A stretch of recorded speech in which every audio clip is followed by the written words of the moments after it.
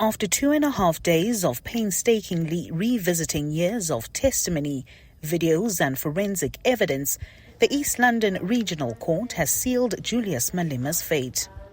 Accused 1, in respect of counts 1, 2, 3, 4 and 5, you are found guilty as charged.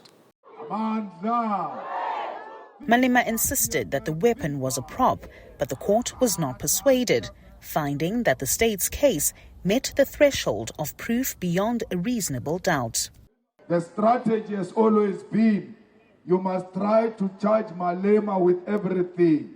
One day, maybe we'll find a racist judge who will find him guilty, whether he's guilty or not. As the court looks at sentencing in January of 2026, it will consider aggravating and mitigating factors. These are factors that may lead to a harsher or lesser sentence for Malema. One now needs to see whether he is going to show true remorse for his behavior and for the crimes that he has been convicted of. That is a large factor that gets taken into account, whether a person is truly remorseful and whether his legal team will be able to advise him to show remorse, because in a lot of instances, and I think that we can expect this in this matter particularly, he's going to be adamant that he was in fact not guilty and that he did not commit these crimes that he's been convicted of. So how can he show remorse? Still defiant, the 44-year-old told supporters the fight is far from over. He plans to appeal the judgment and change the party's focus. Let's go back home, build strong branches of the EFF. Let's prepare for local government election. We are not looking back. When we leave here, we are going back to our branches. It's business as usual. Never mind this nonsense. Don't take it to heart. The test for a leave to appeal application is whether there are reasonable prospects of success and if there are compelling reasons that a different court could come to a different conclusion.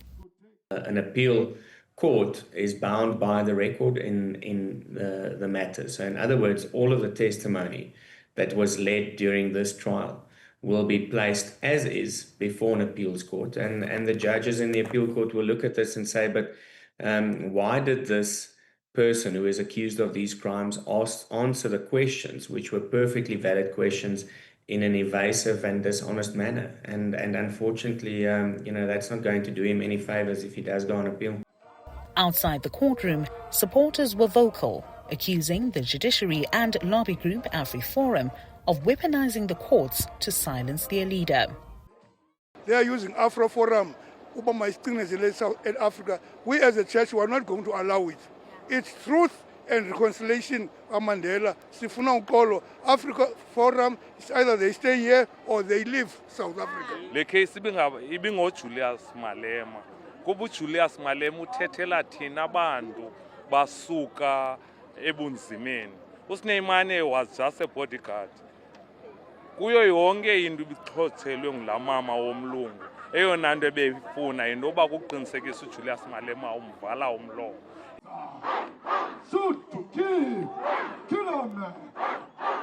And as his political future now hangs in the balance, it's uncertain what trigger Malema will pull next to save it.